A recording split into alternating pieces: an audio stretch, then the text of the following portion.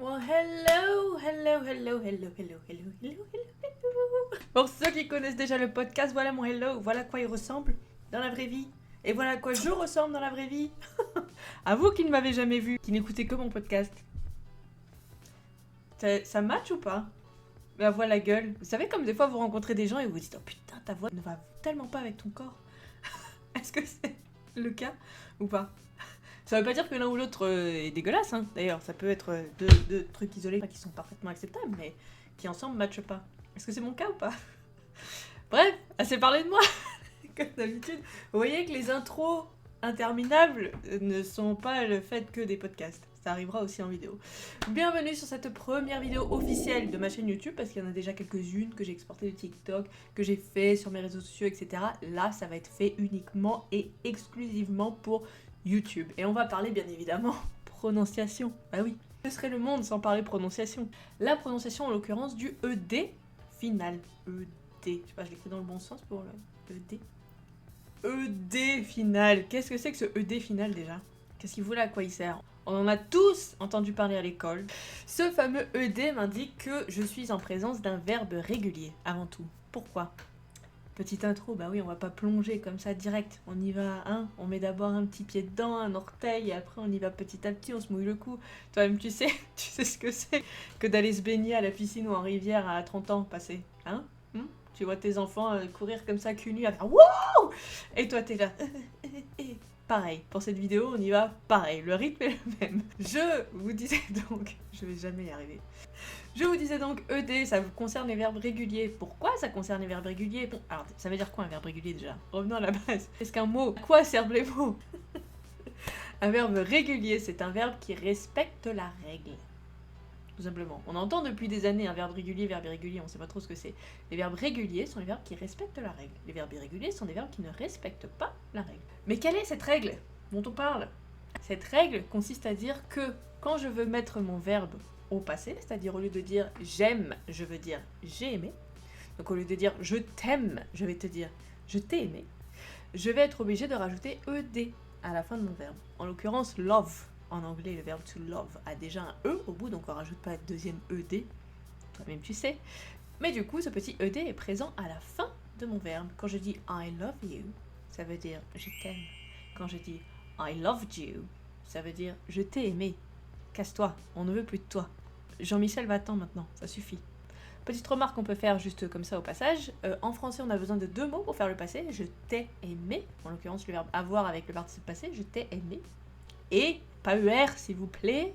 Je vous en conjure par tous les dieux. Alors qu'en anglais, on n'a besoin que d'un seul mot. Loved. Le simple fait de rajouter mon ED à la fin veut dire que je me situe dans le passé. Je situe mon action dans le passé.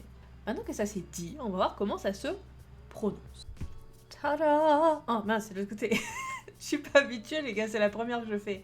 Tada! Regardez ce magnifique tableau que j'ai fait rien que pour vous. Alors je l'ai largement pompé d'un qui existe sur internet, il vient de Woodward English, si vous voulez aller voir, mais bon il est vert et il est un peu moche, et puis je suis pas sûre de pouvoir utiliser leur truc sans leur autorisation. Mais voilà que j'ai refait le tableau avec des verbes en plus qui me parlent un petit peu plus, et qui nous donnent toutes les indications dont on a besoin pour voir comment se prononce ce ED. Alors le ED, pas n'importe où, hein, c'est pas quand il est au début ou au milieu des mots, c'est quand il se situe à la fin des mots, quand je mets mon ED à la fin pour parler d'une action qui est terminée. Alright? Ce ED final va se prononcer, donc on voit toute une liste de lettres là dans les 3 colonnes. Ces 3 colonnes correspondent à 3 prononciations différentes. La première prononciation, on le voit tout en haut là-bas là. Oui, je m'amuse, c'est la première fois que je fais ça. On voit cette prononciation tout en haut à gauche. Ce qu'on voit entre petites barres comme ça, c'est la prononciation, c'est à ça que ça sert. Alors j'ai pas utilisé l'alphabet phonétique international, pardon pour les puritains, mais je veux juste que ce soit compréhensible. Donc quand c'est entre petites barres comme ça veut juste dire qu'on s'intéresse au son, et pas à comment c'est écrit. On va le voir tout de suite avec les exemples, vous allez voir, ça va vous parler tout de suite. Le ED final va donc se prononcer id, après un son T, et après un son D. Donc là, mon verbe vouloir, qui est to want, W-A-N-T, want. Si je veux dire je voulais, je vais devoir dire I wanted. Okay? Si on reprend l'exemple de tout à l'heure avec je t'aime, là on va dire je te veux. I want you. I want you. Par contre, je te voulais, ça va se transformer en I wanted you. I want you 3 syllabes au présent. I wanted you. Qu'est-ce qu'on remarque? C'est ce que j'ai écrit tout en bas de ma colonne, je rajoute une syllabe. Quand on se trouve dans ce cas de figure-là, ça veut dire que par rapport au présent, je vais rajouter une syllabe. Want devient wanted. Pareil pour en dessous, need, avoir besoin de.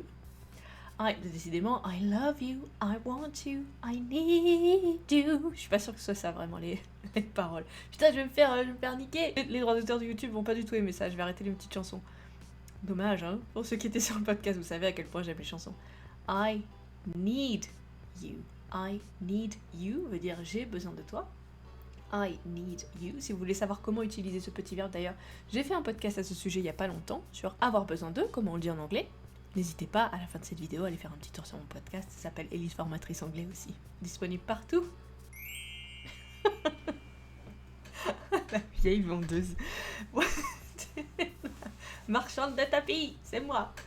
Need, I need you va se transformer en I needed you. I needed you. Encore une fois, je rajoute une syllabe parce que je me trouve dans cette configuration-là. Après un son T et un son D, je vais dire wanted, needed. Je rajoute une syllabe. Avec tout le reste, c'est-à-dire avec tout le reste des mots qui ne se finissent pas par te ou par de, je ne vais pas rajouter de syllabes à mon mot. Je laisse ça bien s'imprégner en vous. Je ne vais pas rajouter de syllabes à mon mot. Je vais juste me remettre en grand 2 secondes, histoire qu'on soit bien au clair avec cette histoire. Je ne rajoute pas de syllabes à mon mot de départ. C'est-à-dire que, dans tous les exemples que j'ai là... Ah merde, c'est de l'autre côté encore. Oh merde, je vais pas m'en sortir. Dans tous les exemples que j'ai là, je ne rajoute pas de syllabes pour le ED. Donc on peut constater déjà, première chose, que le ED ne se prononce jamais ed. On arrête avec les wanted, qui sont écrits sur les affiches dans les westerns. Non, wanted, ok? C'est un son id, déjà.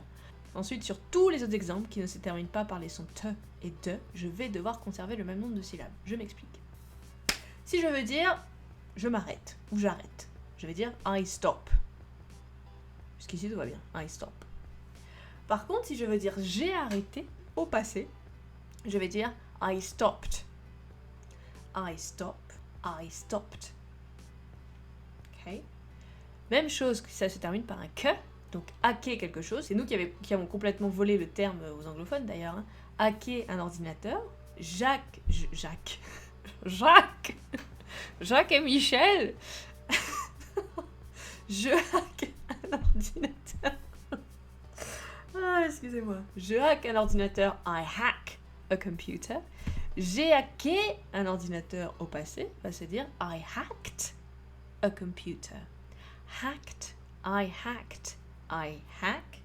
Attendez, je me suis perdue dans mes doigts. I hack. I hacked. Same thing. Troisième exemple. Finish. Le verbe to finish, terminer, finir. I finish, au présent. I finished, au passé. Finish. Finished. Right? J'en profite pour vous donner un exemple que j'adore. Donc, j'allais dire qu'il n'a rien à voir. Si, qu'il y a quand même à voir avec ce qu'on raconte, parce que c'est un verbe qui termine en SH. C'est le verbe en anglais. Je sais pas si ça va vous servir dans votre carrière pro, universitaire ou peu importe, mais j'adore ce verbe. C'est le verbe to shush. To shush. Et non, pour les ch'tis qui nous regardent, ça veut pas dire chucher. To shush, en anglais, ça veut dire, littéralement, faire taire quelqu'un en disant chut. Pour de vrai, hein. Faire taire quelqu'un en faisant chut. Donc si je suis pas contente que, je sais pas, mon mec m'ait fait chut, par exemple, pendant que j'étais en train de parler, ce qui pourrait parfaitement me mettre les nerfs, hein, je pourrais dire he shushed me. That. Je vais être obligée de blipper ce que je dis pour pas être censurée. He shushed me. I shush you. You shush me. I shushed you. You shushed me. Tout le reste des exemples présentent la même particularité, si ce n'est que dans la deuxième colonne, c'est un son te que va faire mon ED, et dans la dernière colonne, la troisième, j'ai montré du bon côté, vous avez vu? Je suis pas trompée. Dans la dernière colonne, c'est le son de qui va prendre le dessus. Premier verbe tout en haut, to travel, voyager, pour dire j'ai voyagé dans ma jeunesse, j'ai voyagé les enfants, I traveled. I traveled. Et pas traveled. On arrête, stop. On arrête. Je pense que je vais essayer de trouver un son au montage là qui fait une espèce de... I traveled. J'ai voyagé au passé. Pareil pour tout le reste des mots. On a vu loved tout à l'heure. Je sais pas si vous avez fait gaffe. Du coup, c'était le premier exemple que je vous ai donné pour parler de ED, à quoi ça sert. Eh bien, c'est la même chose. Loved you. I love you. I loved you. Même nombre de syllabes dans les deux cas. Du coup, 3 syllabes à chaque fois. Love, loved. Log, logged. Le verbe to log va s'employer beaucoup dans les expressions comme to log in et to log out, donc pour se connecter et se déconnecter. To log in, to log out. Essayez d'éviter d'ailleurs to connect, to disconnect. Ça marche pas vraiment, ou alors ça marche pour les machines, quoi. Pour nous, les humains qui voulons entrer dans des trucs, nous connecter avec une adresse mail, un mot de passe et tout, on va plutôt dire log in, en 2 mots. Log in et log out. Et du coup, quand je vais dire au passé, si j'appelle quelqu'un pour dire j'arrive pas à me connecter, c'est la merde, aide-moi. I logged in yesterday, but I can't log in today. Oui, vous avez vu à quel point je suis prête à faire des personnages pour vous. I logged in yesterday, but I can't log in today.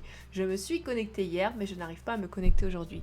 Log in et logged in ont le même nombre de syllabes, parce que le ED, du coup, est mangé avec le reste de mon mot, et ne fait qu'un son de.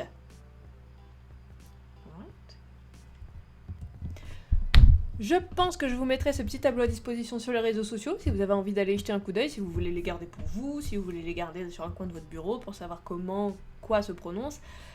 Ça ne sert à rien d'apprendre par cœur.